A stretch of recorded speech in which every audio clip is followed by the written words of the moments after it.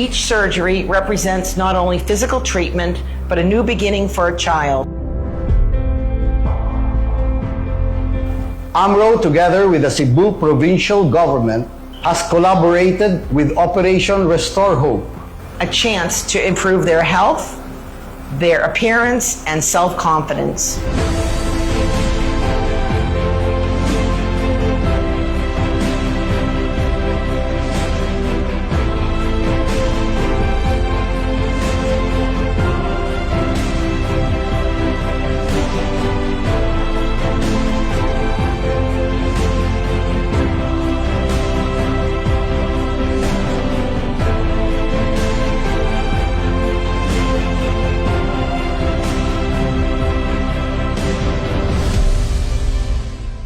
It is so amazing that someone up there has gathered these different groups to be here in Cebu to join with our Cebu Provincial Governor, Governor Pamela Baricuatro, in her advocacy of prioritizing the healthcare needs of the residents of Cebu Province. Parting message to the residents of Cebu would be to thank you for letting us help, and thank you for the beautiful energy that you brought to the clinic, meeting all the families. Thank you all for coming and for trusting us and embracing us. Together, we've worked hand in hand in order to achieve our goals and provide life-changing surgical care to the patients.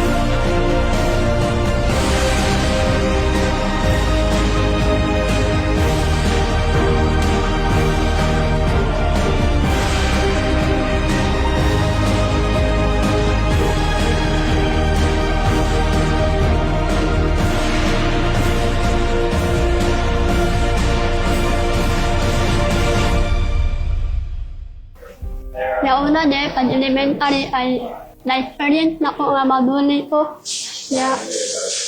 Dili ko kadyan ta, mahilak dito po na. Nalipay jud ko kay successful kay operation sa akong anak on which makatabang ni sa iyaha siyang pagdako, dili siya bulihon. Aw nalipay kay kog dako sir, oy na-appreciate kay nako nga kana ang nahuman ang operation successful. So, dako kay kong pasalamat sa mga doctors and nurses, especially sa doctor sa AMRO.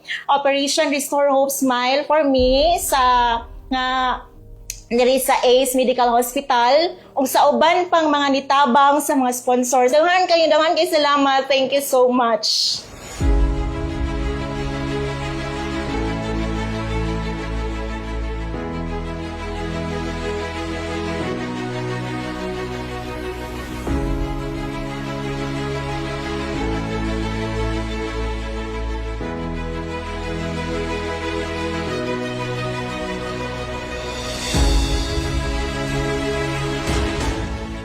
It is the whole group's mission objective to restore the beautiful smile of these affected children, likewise to uplift their dignity as well as broaden their opportunity in life. We know how demeaning it is to be a victim of such congenital anomaly.